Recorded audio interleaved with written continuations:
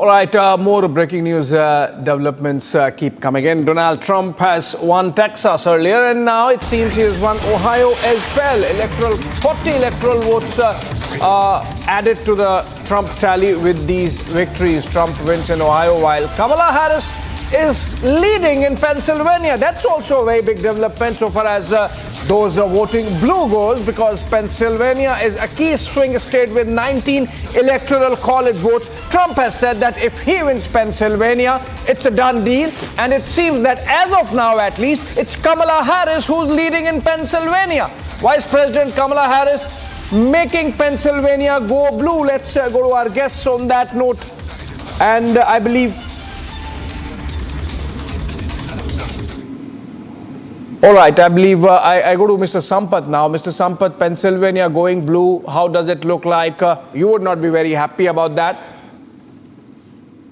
I think I just mentioned earlier that Pennsylvania turned red because of assassination attempt on him. He has a huge sympathy votes coming out of Pennsylvania. I think people have not forgotten. And he made a trip even at the late night last night. He was in Pennsylvania. So people have understood that he means well. So I think they are right. He's going to bring economical changes in the world order as Ukraine-Russia war.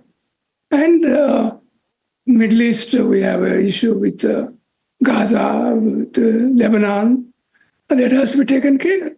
I don't think even Middle East Arabs may be now a little defensive to go against Israel and cause a big issue, because Trump 100% is going to support Israel at any cost. That they know it. I think things might cool down. I think maybe it's good for the world peace.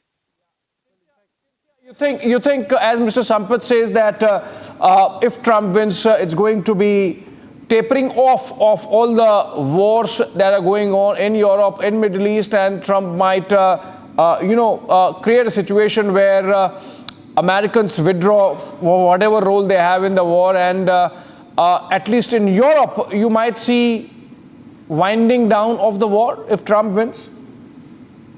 Definitely. I think his first promise towards Americans is within 48 hours. It may not be true, but he said he's going to talk to President Putin and settle with him, and there won't be any aggression of Russia over Ukraine. And he's going to save a big amount of course, U.S. is selling all the defense equipment. Of course, they're making big money.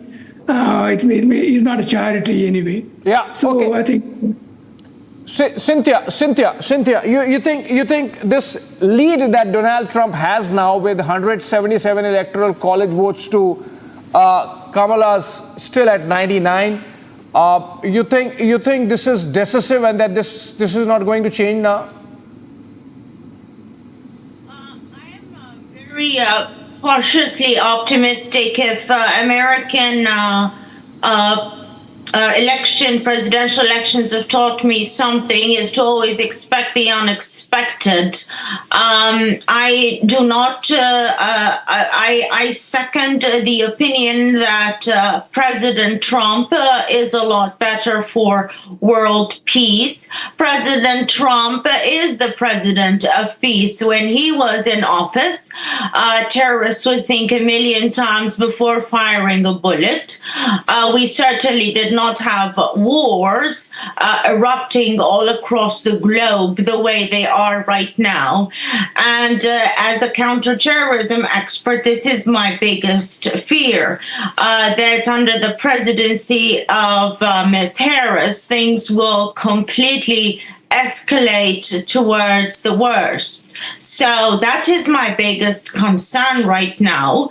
I know for a fact that the day if President Trump wins the election, Iran will immediately be at bay, the way they were last time in 2016 and the way they were in 1979 when Ronald Reagan won the elections. I know for a fact that the Taliban will be very weary to continue running Afghanistan as a terror recruitment and terror training camp. I know for a fact that Pakistan would be very uncomfortable with continuing its support for ISKP and its ilk. I know for a fact that Hamas will be very worried about continuing its assaults and its attacks, as well as Hezbollah. I have hope that President Trump wins the election to stop the bloodshed. Right. But I'm cautiously optimistic. Right. Well, as far as the initial numbers are trickling in right now, it does appear to be in favor of Donald Trump, at least some of the key states. Saurabh, I'm sorry I'm interrupting you because we're going to slip into a short commercial break and we come